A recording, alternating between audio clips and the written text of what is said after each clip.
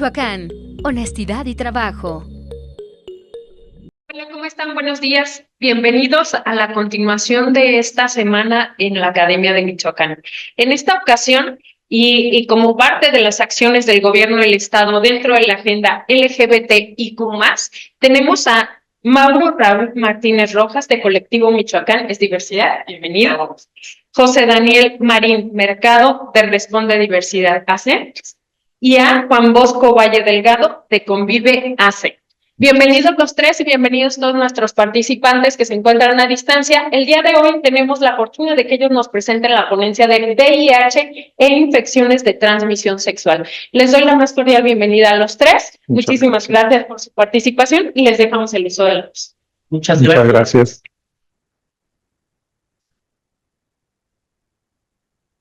Bueno, primero agradecer la invitación a estar en este espacio dentro de las jornadas por el Día Internacional del Orgullo, por el mes del orgullo, por el año del orgullo, porque todos los días hay que celebrar que somos diversos y que, bueno, formamos una sociedad en constante evolución. Y un poco para entrar en la plática, porque siempre está como esta constante de por qué relacionar el VIH, infección de transmisión sexual, con poblaciones de diversidad sexual. Y hay muchas voces que prefieren decir separemos porque el estigma, porque la discriminación. Lo cierto es que desde las colectivas que integramos el colectivo Michoacán es Diversidad, la apuesta ha sido vincular los temas de salud sexual, porque si bien somos una sociedad educada en la moral, en la vergüenza y la pena, a partir de la sexualidad. Y justo cuando hablamos de este gran sopa de letras, lo LGBTIAQ+, es Y y Z, A, D, H, P, pareciera que nos estamos refiriendo a cosas. Y desde las colectivas hemos insistido en nombrar que somos personas, que somos lesbianas, que somos homosexuales, que somos bisexuales, y que al leer, para entender el acrónimo, es importante reconocer que el acrónimo incluye todas las orientaciones sexuales, más allá de lo homosexual, de lo lésbico o de lo bisexual, sino todas estas diferencias características en las que logramos identificar la atracción. Recordemos, como ejercicio simple, pensemos en la persona que me gusta. Pensemos qué me gusta de la persona que me gusta. Y me voy a dar cuenta que no necesariamente es la genitalidad. Entonces la sexualidad abarca mucho más que los órganos sexuales. Y entonces la orientación sexual justo es más allá de lo sexual, más allá de los órganos sexuales, y que implica todo un engramaje de condiciones y circunstancias que hacen que nosotros sintamos atracción física, emocional, sexual por otra persona, más allá de su genitalidad. Y por otro lado, dentro del acrónimo incluimos también todas las identidades de género. Es decir, en este sistema binarista, controlado por el poder, llámese Estado, el Estado, por así no importa el color que sea, el Estado como esta estructura de poder, nos ha dicho que solo existe lo masculino y lo femenino. Y que todo lo que sale de él, todo lo que no está alineado, está mal, que es inmoral, que es antinatural, y al infierno seguro vamos a ir bajo este concepto, y que, bueno, reconocer, falta voltear a ver para nuestro alrededor y darnos cuenta que nada es tan masculino y nada es tan femenino. Quiere decir que la identidad de género no tiene que ver, uno, con los genitales, porque no vamos por la calle mostrando los genitales para validar si somos hombres o mujeres. Nuestra orientación y nuestra identidad de género va asociado al cómo nos percibimos, a cómo nuestra mente nos dice que somos y cómo lo queremos expresar. Y entonces en el acrónimo, al hablar de disidencias sexuales, al hablar de lo LGBTIAQ+, abramos nuestra mente y identifiquemos todas esas orientaciones, todas esas identidades y también esas condiciones biológicas, fisiológicas, de personas que no necesariamente constituyen este binarismo del ser hombre o ser mujer. Si hemos dicho que el sexo lo podemos identificar a partir de órganos genitales, pues también hay que recordar que existen gónadas y cromosomas que nos van a determinar ese famoso conteo XY o XX. La otra pregunta, ¿cuándo nos hicimos un examen de ADN para contar nuestros cromosomas? ¿Quién nos ha dicho que mis cromosomas sí son XY, que son XX? Esas parejas de cromosomas sí están alineadas. Y entonces vamos a dar cuenta que no, que somos diversos, que ahí tenemos una carga más X, más Y, todos lo tenemos, pero como nunca nos hemos hecho un examen cromosomático, más que algunas pruebas de paternidad, y lo pongo entre comillas porque solo identifican si hay concordancia con una persona cercana, pero no hay un conteo de cromosomas que nos permite identificar qué tan hombres o qué tan mujeres somos. Y entonces al abordar los temas de salud sexual, la mañana de este día, hablar de VIH, de infecciones de transmisión sexual, queremos hacerlo por dos cosas. Uno, porque el derecho a la salud sexual es un derecho humano, tenemos derecho a ejercer nuestra sexualidad de manera responsable y de manera consensuada. Y dos, como un homenaje a aquellas primeras personas que cuando surge la pandemia del VIH en los 80s, las primeras personas que se involucraron en la defensa, en la lucha y en la exigencia de medicamento fueron las personas de la diversidad. No solo personas homosexuales. Se cuenta que las primeras personas que acudieron a atender a personas que estaban muriendo en hospitales porque no había medicamento, fueron las mujeres lesbianas, que con esa razón, en el acrónimo de diversidad, por eso primero van las lesbianas como un homenaje de reconocer que ellas estuvieron al frente en la lucha ante esta pandemia que estaba creciendo y que no conocíamos nada, que era la epidemia del SIDA. Hoy los datos y la información, la ciencia ha avanzado y nos permite tener información más acertada respecto a cómo se transmite, cómo no se transmite, ya hay atención médica, cómo funciona el medicamento retroviral. Y esta mañana también vamos a hablar de algunas infecciones de transmisión sexual, no de todas, pero un poco invitando a la detección oportuna, a perderle el miedo. Recordemos que todo el personal médico, por muy ideología cristiana tenga, pues está preparado y formado para revisarlo. Entonces, que no nos dé pena solicitar un médico que me revise órganos sexuales, genitales, para detectar cualquier problema que pueda tener en mis órganos sexuales. Cedo la palabra a Daniel Marín para que nos hable de infecciones de transmisión sexual y luego hablará Juan Bosco Valle para hablarnos de la lucha del VIH y SIDA, su prevención y tratamiento. ¿Qué tal? Buenos días a todos, todas, todes. Muchas gracias por la invitación y sobre todo por hacer conciencia en la población en general de la importancia y la relevancia que tiene hablar sobre infecciones de transmisión sexual.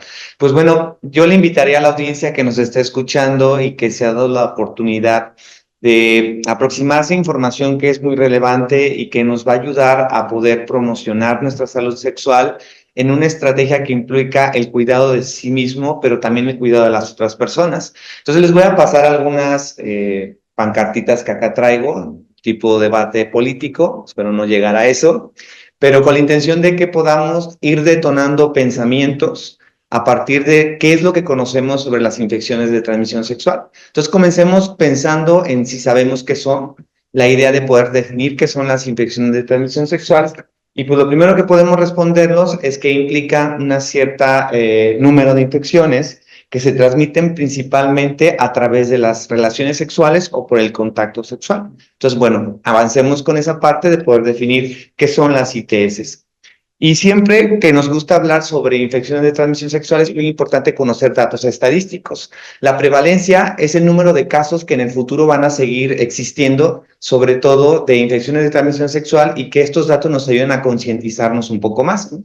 Y entonces la estadística que nos arroja la Organización Mundial de la Salud es que a nivel mundial aproximadamente 1 millón de personas se están experimentando infecciones de transmisión sexual y que alrededor del 25% de personas adultas, jóvenes en su mayoría también, van a adquirir una infección de transmisión sexual. Eso debido pues a las estrategias de prevención que no están siendo como utilizadas, ¿no? En 2021 la OMS sigue reconociendo que la prevalencia es alta, cuando en otros países que tienen la posibilidad de ejercer herramientas de mayor libertad sexual, de promoción de la salud, la incidencia está entre el 8 y el 7%, ¿no? Entonces es una incidencia alta que, pues un poco analizando el contexto de la pandemia, refiere pues a explorar qué es lo que ha ocurrido. Otro punto también que es relevante es la condición de entender que hay poblaciones que son más vulnerables a la transmisión de una infección de transmisión sexual y que en este caso les conocemos como poblaciones clave. Estas poblaciones clave en su mayoría son personas trabajadoras sexuales, hombres que tenemos sexo con otros hombres, población de la diversidad sexual y las juventudes. Las condiciones estructurales y de violencias sistemáticas pueden ocasionar que las personas adquiramos de manera más significativa alguna ITS o incluso pues varias, incluyendo VIH. La forma en que se transmite una infección de transmisión sexual también son similares a las del VIH y que esas las podemos tomar en cuenta con lo que sería el contacto sexual o las relaciones sexuales, ya sea penetraciones vaginales, anal o el sexo oral. También se transmite por el contacto con la sangre o también de manera maternal, es decir, que la mamá pueda transmitirle una infección de transmisión sexual a su hija o a su hija o a su hija, ¿no? También cuando reflexionamos sobre las ITS es muy importante entender cuáles son las causas psicosociales, es decir, tanto personales como individuales, intersubjetivas, de por qué las personas no nos damos cuenta de cómo podemos promover mejor nuestra salud mental, ¿no? Y en este caso también la salud sexual. Muchas veces esas causas psicosociales son el estigma, es decir, el miedo, la culpa y la vergüenza a tener que decirle a otra persona que tengo una infección de transmisión sexual. La otra es la falta de acceso a servicios de salud y que estos sean amigables. También lo implica la educación sexual y también la insuficiencia que hay de recursos para la prevención, como lo pueden ser condones y lubricantes, ¿no? Esas son luego las causas psicosociales que conocemos más frecuentemente de por qué una ITS se transmite. También es reflexionar sobre el enfoque de género en términos de lo que implica la atención y la prevención. No es lo mismo la forma en que mujeres y hombres ejercen su sexualidad y también es muy distinta la manera en la prevalencia de ITS que hay en hombres y mujeres y también entendiendo el factor que implica la vivencia del género, ¿no? En que cada contexto es distinta la manera de ejercer la sexualidad para hombres y mujeres y también para los grupos de la diversidad sexual, lo cual implica el poder reconocer cuáles son las desigualdades, las asimetrías que implica el acceso a la prevención y la atención de una ITS. Ahora, también es muy importante entender que de estas causas psicosociales también hay efectos en nuestra personalidad y en nuestras personas de no atender nuestra salud sexual, ¿no? Y que ellas pueden ser dolor, infertilidad, pueden ser también complicaciones en el embarazo, mayores riesgos a contraer VIH y desarrollar SIDA si no se atiende de manera oportuna.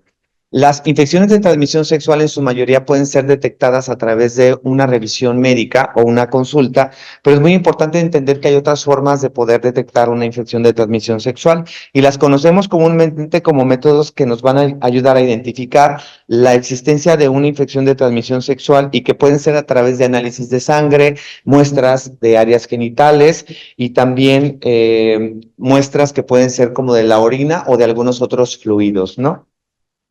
Cuando queremos también definir qué es un síntoma de una ITS, también hacemos referencia a la manera en cómo se presentan ciertas señales y manifestaciones que están asociadas a alguna infección o a un cuadro sindrómico que está asociado a, pues, que la gente que lo ocasiona puede ser una bacteria, puede ser un virus, puede ser un hongo, y que es muy importante que estemos al pendiente de la aparición, por lo regularmente, de llagas, de dolor, de secreciones o de algunos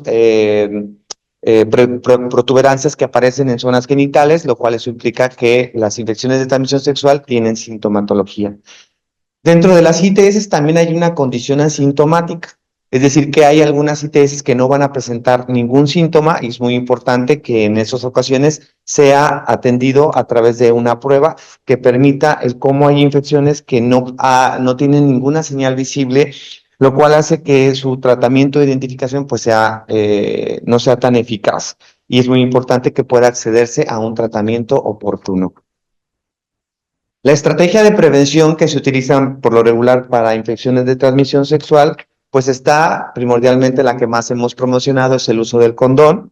También lo hemos visto que hay ya vacuna para lo que sería el VPH, ya hay vacunación. Las pruebas también sirven de estrategia de prevención para saber si se tiene una ITS o no. También el concientizar sobre el riesgo también lo que implica la profilaxis antibiótica, también es una forma de prevenir ITS, y también lo es la educación y la consejería como manera de tener información relevante y valiosa que ayude a la prevención de las ITS. ¿Qué es un diagnóstico en lo que implica una ITS?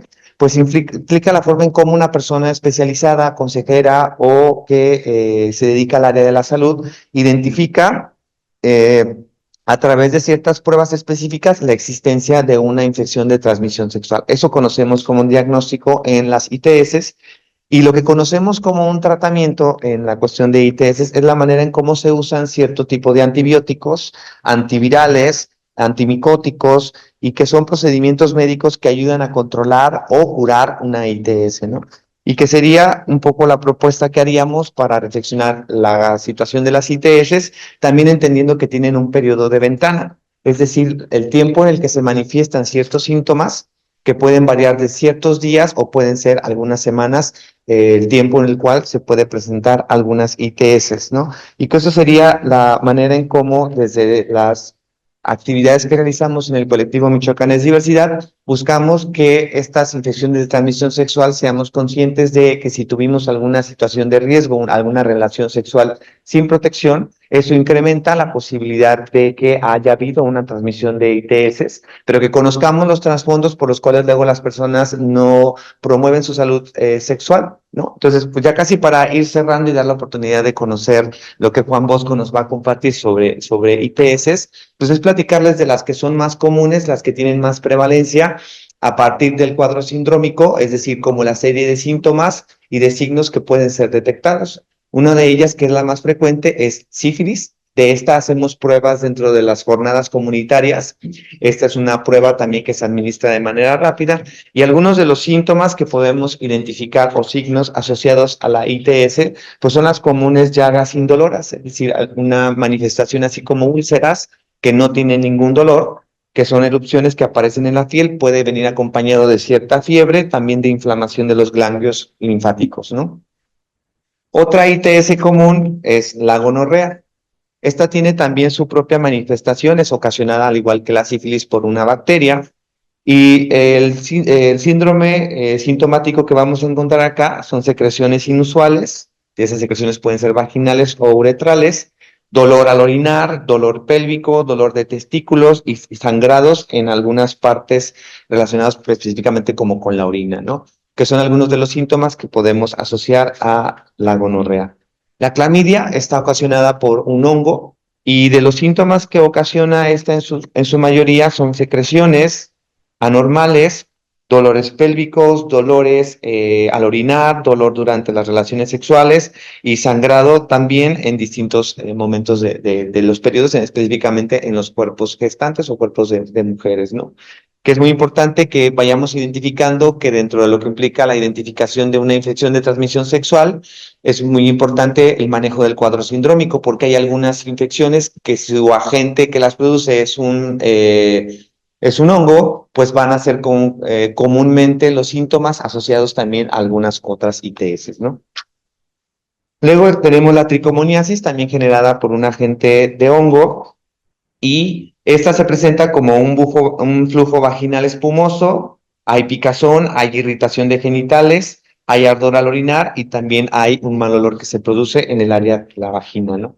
El virus del papiloma humano, uno de las infecciones de transmisión sexual que tiene muchas variaciones, pero la que tiene que ver con la transmisión sexual, en su mayoría, sus síntomas son la aparición de verrugas genitales y que pueden aparecer en distintos tamaños, distintas formas, en distintas áreas anales, genitales, en los labios, en la vulva, en el escroto, en la cabeza del pene, y estas es muy importante detectarlas cuando aparezcan para que puedan recibir un tratamiento específico. Hepatitis B y C, que sus manifestaciones pues son cansancio, fatiga, la icteria, es decir, que la piel se pone amarilla, dolor abdominal, pérdida del apetito y otros síntomas que también están asociados como a estas ITS. El herpes genital también es otra ITS común y corriente, donde pues la manifestación más significativa son ampollas, que estas sí son dolorosas, y esas aparecen en áreas genitales, como lo puede ser la vulva, los labios menores, mayores, en el pene, en el prepucio, y que esas generan también dolor al orinar y dolor, también malestar como general, ¿no? Y pues bueno, esas serían algunas ITS comunes que hemos identificado, de las que más hay referencias médicas para su atención, y que con esto cedería yo el paso para que escuchemos ahora a Juan Bosco, que nos comparta sobre VIH y SIDA, que son algunas de las otras infecciones asociadas al ejercicio de la sexualidad. Gracias. Sí. No sé si escuché mal, pero mencionaste que dentro que necesitamos para protegernos, por ejemplo, mencionaste el condón, pero también inmediatamente después del condón mencionaste el lubricante. ¿Cómo ayuda el lubricante para evitar una ITS? Ok, en términos de infecciones de transmisión sexual, el uso del lubricante no previene ITS, más bien previene de solo una ITS, que podría ser VIH. Pero de las demás sí hay posibilidad de transmisión, aunque se utilice el lubricante, que en este caso es más eficaz el condón masculino, condón femenino o interno. Ok, muchas gracias. Pero tiene que ver con que no hay fricción, no hay rozaduras, no hay rotura de telas. Bueno, pues tiene que ver mucho que no hay rompimiento de tejidos superficiales y que pudieran favorecer la entrada del virus o bacteria u hongo al torrente sanguíneo sano, digamos. Entonces, el uso del lubricante evita o reduce esa fricción o rozamiento que va a generar una puerta de entrada, una heridita o una irritación, que después son puerta de entrada para esas otras infecciones. Y efectivamente, bueno, el VIH es una de las ITS que más causan estigma y discriminación. O sea, podemos hablar de todas las demás infecciones en lo privado con el doctor, pero el tema del VIH se vuelve público, se vuelve pues de escándalo, se vuelve de señalamiento de nivel social. Entonces, por eso es importante siempre estar señalando que tenemos que hablar de sexualidad si queremos hablar también de prevención de ITS y específicamente de VIH. Hace 40 años, bueno, surgió el tema o la palabra SIDA, que era la fase final de la enfermedad y era la que se asociaba con la muerte. Pero después se descubrió que, bueno, era ocasionada por un virus, el virus de inmunodeficiencia humana, y que hoy mucha gente puede ser portadora de ese virus sin desarrollar los síntomas relacionados al SIDA. Entonces, se sigue transmitiendo un virus, pero no se sigue generando esta enfermedad. ¿Por qué? Pues porque ya hay tratamientos. Entonces, el hecho de estar promoviendo estas pruebas rápidas, estar detectando a tiempo, significa detectar rápido, a tiempo, y empezar tratamiento inmediatamente. ¿Para qué? Para evitar que se llegue a esa fase final del SIDA, que es la que ocasionó mucho miedo, mucho estigma, mucho rechazo, mucho temor porque se iban a contagiar, que está mal dicho contagio, pero se sigue creando como ese miedo para evitar hablar de cómo se infectó o cómo llegó a esa fase. Y empiezan los prejuicios, porque se lo merece, por castigo, por descuidado, por irresponsable, por pecador, por puta, por promiscuo, por joto. Entonces, todos estos calificativos que van denigrando también la dignidad de la persona. Entonces, el SIDA o el VIH implica también muchos prejuicios y muchos estigmas de carácter social. Entonces, hablar de esto genera también polémica, porque decir, a mí no me toca, yo no estoy en ese grupo de riesgo, yo me porto bien, y entonces también empiezan como esas barreras o esas protecciones que pensamos que ya con eso no nos va a tocar nunca vivir una enfermedad así. Entonces, necesitamos, primero que nada, determinar o saber cuáles son las vías de transmisión. La principal causa, o el 90% de los casos, es por vía sexual. Entonces, si hablamos de sexualidad, todos nacimos de una relación sexual de nuestros padres. Entonces, todos los que hemos tenido una actividad sexual, aunque sea una vez en la vida, estamos en riesgo o estuvimos en riesgo, y deberíamos de hacernos una de esas pruebas rápidas para saber nuestro estado serológico. Pero algunos tenemos actividad sexual más frecuente que otros y entonces estamos como acercándonos más a ese nivel de riesgo. Entonces, ¿quiénes deberían de hacerse la prueba? Pues todos y todas. Sabemos que una de las vías de transmisión también es por vía perinatal, de madre a hijo. Entonces se recomienda que todas las mujeres que planean embarazarse o que ya están embarazadas, que se hagan la prueba. ¿Cuál es el problema? Que pensamos que a todas las mujeres se les ofrece esta prueba rápida desde el momento que deciden embarazarse. Y la práctica nos dice que no. Hoy tenemos mujeres que siguen gestando niños y que nunca les hicieron pruebas de VIH y que después de algunos meses se dan cuenta que su bebé nació con el virus. Entonces, estos problemas afectan la salud y nos están diciendo que tenemos que redoblar los esfuerzos para continuar con la atención en todos los sectores de la población y quitarle el estigma de que es solo una infección o una enfermedad que le da a los homosexuales. Es una enfermedad que le puede dar a todas las personas que han tenido o que tienen vida sexual. La otra vía de transmisión es por vía sanguínea. Afortunadamente hoy las medidas en todos los hospitales nos generan un ambiente seguro para evitar la transmisión por vía sanguínea, porque se analiza toda la sangre que se dona, toda la sangre que se va a transfundir. Entonces, por esa vía hace más de 20 años que no hay casos de transmisión. Entonces, esa vía pues también es segura. Y la vía perinatal, que les decía, de madre a hijo, sigue habiendo también esa alerta en los casos de bebés que nacen con VIH. Para las 3 vías de transmisión, bueno, pues también hay vías de prevención. Para la vía sexual, la principal vía sigue siendo el uso correcto y frecuente del condón.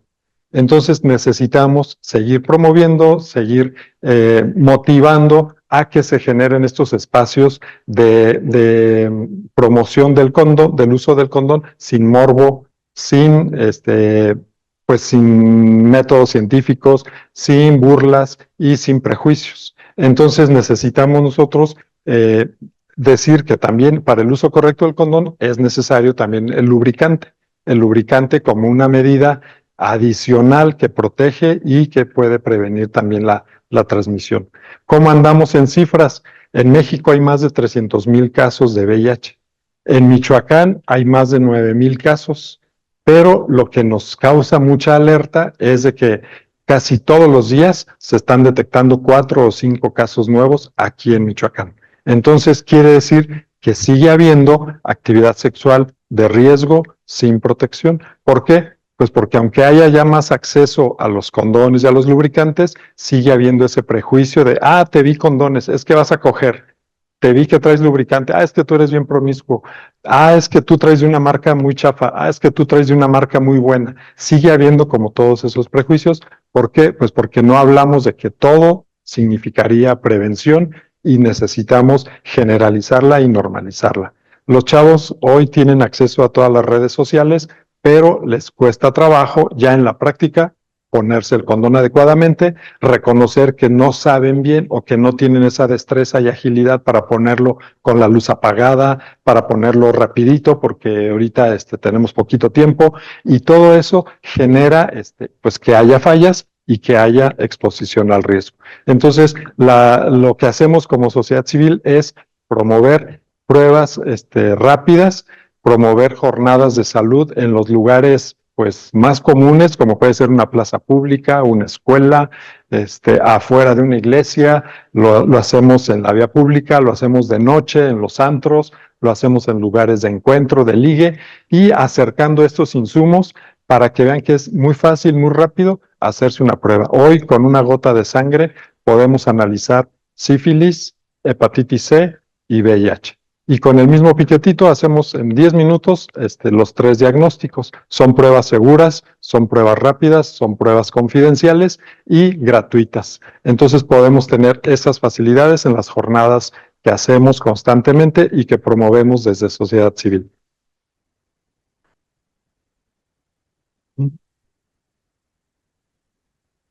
Ok, bueno, el tratamiento actualmente es gratuito, son antirretrovirales que son muy costosos, pero que hoy la Secretaría de Salud los otorga gratuitamente y de manera universal a todas las personas que ya han recibido ese diagnóstico.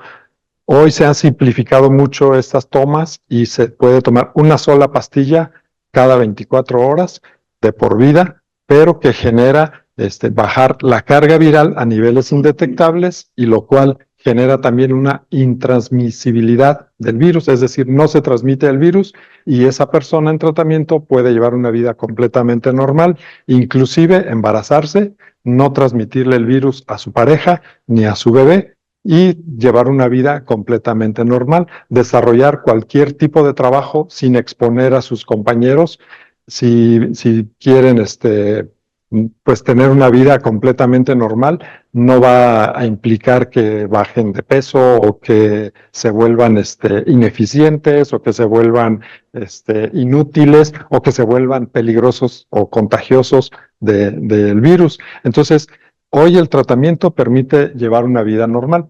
El problema es que muchos no saben que ya existe ese tratamiento y que es gratuito si acceden a sus servicios de salud.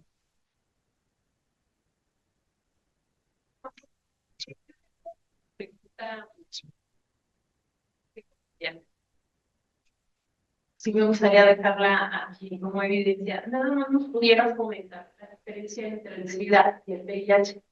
Sí, como no, el VIH es el virus de inmunodeficiencia humana, es decir, es solamente el agente que va a generar o transmitir una enfermedad.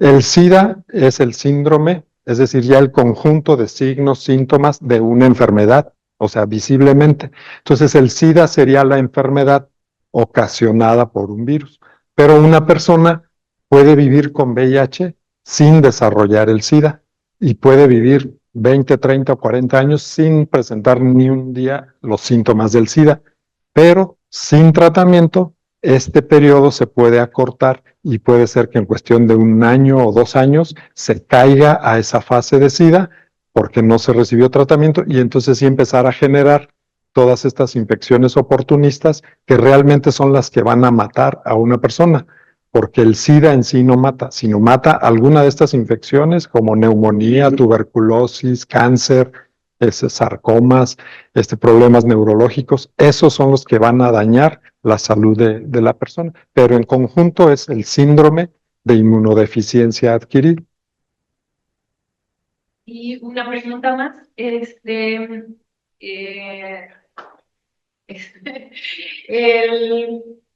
bueno, como decías ahorita, el VIH, pues toda la vida con tratamiento. En esto, entonces, pues sí que ya el VIH se toma como, no tiene la cura como tal, solamente tratamiento. Sí, es una enfermedad crónico-degenerativa, como pudiera ser la hipertensión o la diabetes, y que es una enfermedad tratable. Entonces, ya no se cura porque no se erradica totalmente al virus de un organismo, sino que se mantiene en el nivel más bajo que no pueda desarrollarse o multiplicarse y dañar al sistema inmunológico. Entonces se mantiene a raya, así arrinconadito, ahí encapsulado, y no va a desarrollarse ni va a causar daños en la salud. Entonces, por eso se dice que no se cura totalmente, pero se trata para que puedan llevar una vida completamente normal por periodos de 30 o 40 años. Y cuando está en ese periodo bajito que comentas, no es transmitible. No es transmisible. Hoy está comprobado que menos de 40 copias del virus en una gotita de sangre no generan el poder de transmisión, ¿verdad? Entonces, eso ya es una garantía y está comprobado científicamente que no hay ese riesgo, ¿no? ¿Por qué? Porque un sistema inmunológico sano contrarresta y ataca a ese virus para que no se reproduzca, para que no se multiplique. Dentro de la Agenda de Desarrollo Sostenible, la Agenda 2030, uno de las metas es para el 2030 no tener más infecciones, no tener más muertes por VIH y SIDA, y eso implica dos estrategias biomédicas. Una, el PrEP, que es un medicamento profiláctico para prevenir la infección. Es tomar medicamento para evitar la transmisión de VIH. Estamos trabajando con Secretaría de Salud para echarlo a andar en todo el estado, pero es importante que las poblaciones que tenemos una vida sexual activa con múltiples parejas, y cuando hablo de múltiples, luego nos vamos al montón. Tener más de una pareja sexual ya son múltiples. Y sí, como una estrategia de prevención es tomar este medicamento. Para acceder a él está vía Seguro Social, vía Instituto de Seguridad Social y Servicio a los Trabajadores del Estado, el ISSSTE, y Secretaría de Salud. Ya es posible adquirirlo. ¿Qué hay que hacer o para quién va dirigido? Uno, personas que ya tengan vida sexual activa. No es el medicamento el permiso para dejar de usar condón. Es para quienes tienen una vida sexual ya activa, ejemplo, trabajadores y trabajadoras sexuales, personas con múltiples parejas, principalmente serían esas dos personas, no importa si son hombres o mujeres, si son heterosexuales, homosexuales, personas trans, no importa. Lo importante es que identifiquemos el riesgo. Si tengo más de una pareja sexual, es importante acceder al PrEP, que es tomar la pastilla una vez al día, por el tiempo en que no voy a tener como medidas de protección, como es el uso del condón. Y la otra modalidad es el PrEP bajo demanda, es decir, para quienes podemos, que luego es muy difícil, programar nuestros encuentros sexuales, poder determinar que solo en ese transcurso de 72 horas puedo tomar el medicamento. Es decir, mañana es la marcha, el sábado es la marcha del orgullo en Ciudad de México. Y sé que voy a ir a una fiesta donde se va a descontrolar porque voy a conocer a gente de todo el país. Y entonces voy a tomar por la mañana 2 pastillas. El domingo me tomo otra y el lunes me tomo otra y con eso voy a proteger mi organismo para las prácticas sexuales que yo voy a sostener el sábado en la noche. Pero si aquello se descontrola y sigo la fiesta el domingo y le sigo el lunes y ya no fui a trabajar el martes, no me va a servir el preprograma. Tendría que tomar todos los días para evitar la transmisión. Y además, si tuve alguna práctica de riesgo y desconozco el estado serológico de la persona con la que estuve, puedo acceder al PEP, la profilaxis post-exposición, que es dentro de las primeras 72 horas iniciar la toma de medicamento para evitar el riesgo de transmisión de VIH. También este está ya disponible en el Seguro Social, en los módulos de emergencia. Piden ahí que la caja morada, ahí está el tratamiento, es gratuito, se los deben otorgar. Si no, escríbanos a las organizaciones de la sociedad civil. Nos encanta hacer la piedra en los zapatos de las instituciones de salud porque es un derecho a la salud. Luego las organizaciones salimos y decimos, hablamos de desabasto, hablamos de mala atención, porque le apostamos a una atención integral. Hoy queremos apostarle a servicios sin discriminación, sin estigma, sin prejuicios, y solo lo vamos a lograr de la mano de usuarios, médicos y pacientes. Si no hay alguna duda o si hay muchas dudas, escríbanos, las vamos a responder. Adelante. Sí. Estos medicamentos que estás comentando, el PrEP y el PEP. el PEP, PEP. ¿no? Estos medicamentos no generan un mayor descuido en las personas, o sea, no incentivan el descuido de la persona. O sea, si dices, bueno, no es el ejemplo que están poniendo, bueno. Sí, no. Sí, porque permiten en usuarios que no van acompañados de información asertiva, el decir, bueno, estoy protegido de VIH, ¿no? Como lo comentaba Daniel, pero dejo de lado otras infecciones de transmisión sexual. Lo cierto es que en algunos estudios que ya se han realizado, por ejemplo, en Estados Unidos, en San Francisco principalmente, y en México, Ciudad de México, Jalisco y Quintana y Yucatán, sí ha bajado la incidencia de infecciones de transmisión sexual, pero justo porque tiene que ir acompañando de toda una estrategia.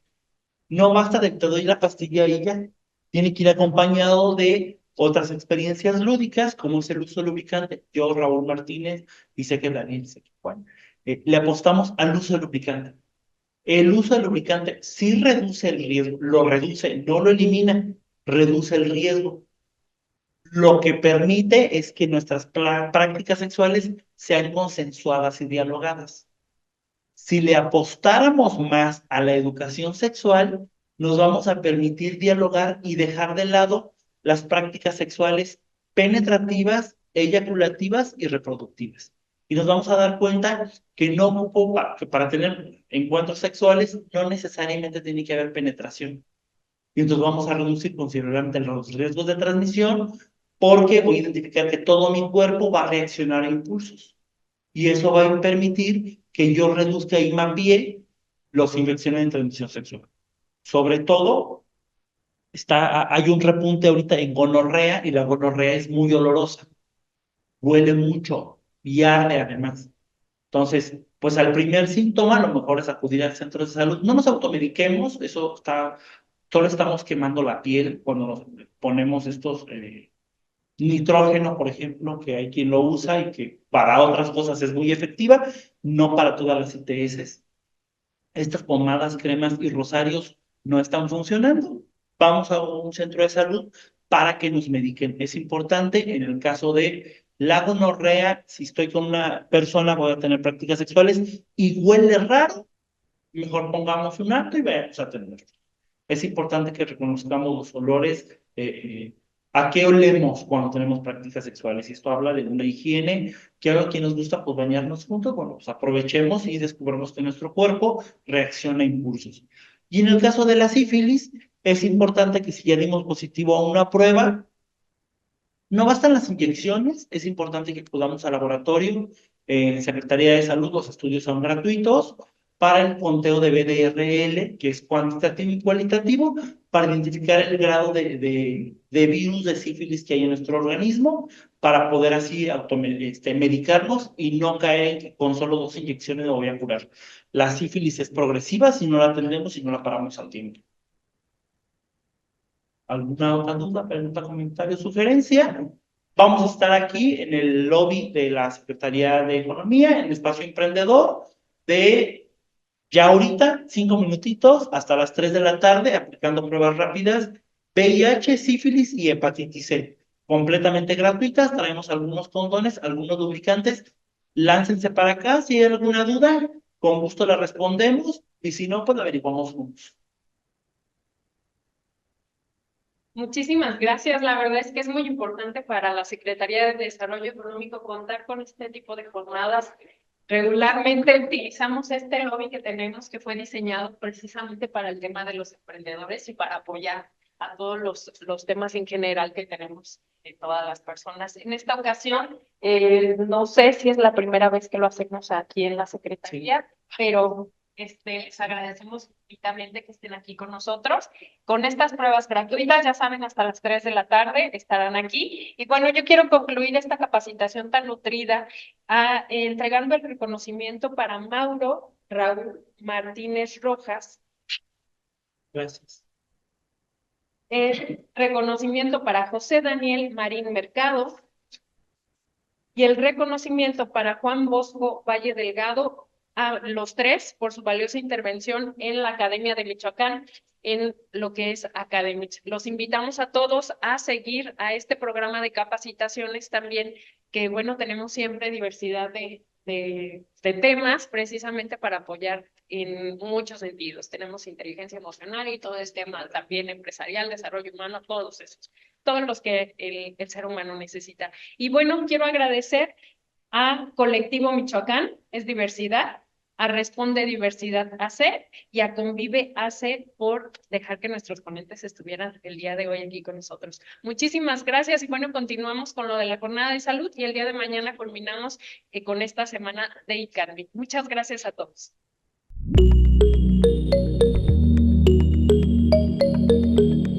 Michoacán, honestidad y trabajo.